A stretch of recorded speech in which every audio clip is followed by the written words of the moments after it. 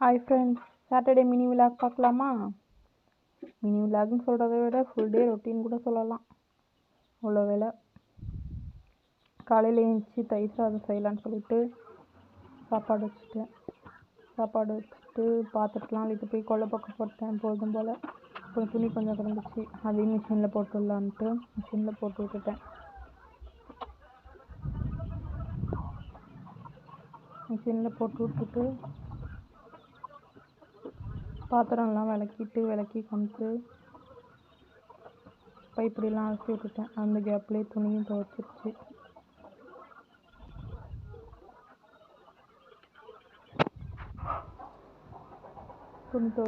இதுக்குள்ளே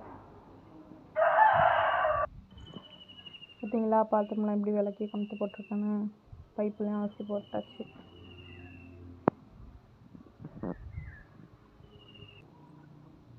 இதுக்கப்புறம் துணியை போய் காய வச்சுட்டு இதெல்லாம் கூட்டி அள்ளணும். இதுக்கப்புறம் தான்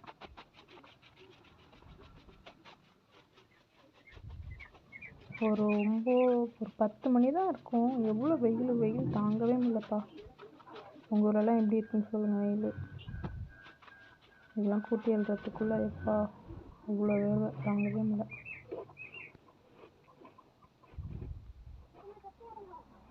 குட்டி எழுறதுக்குள்ளேருந்து குட்டி வாண்டி வந்துருச்சு. எப்போதும் போல் வந்து ஏதாச்சும் பேச்சு கொடுத்துட்ருக்கோம். இதுதான் என்னோடய பேச்சு துணைக்கி வீட்டில் எப்போதும் இருக்கிறது.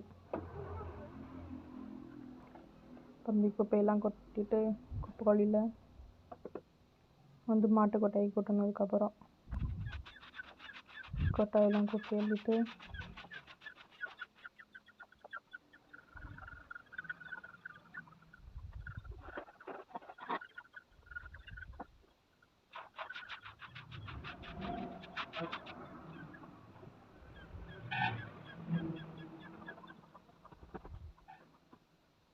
தண்ணி ஓடாமலே இருக்கா, அதான் குத்தி விட்டுட்டு இருக்கேன்.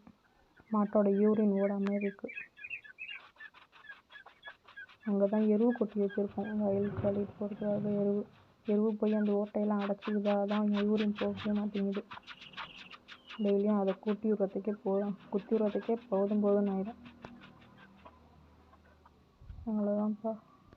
இதை குட்டி அள்ளிட்டு போய் குளிச்சுட்டு வந்துடுவேன். குளிச்சுட்டு மதியம் லஞ்ச் செய்யணுன்றதுக்கப்புறம்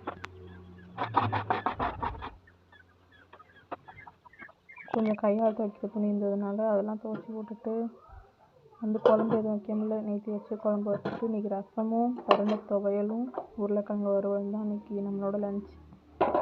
சப்ஸ்கிரைப் பண்ணிக்கோங்க, எல்லோரும் ஃபாலோ பண்ணுங்கள்.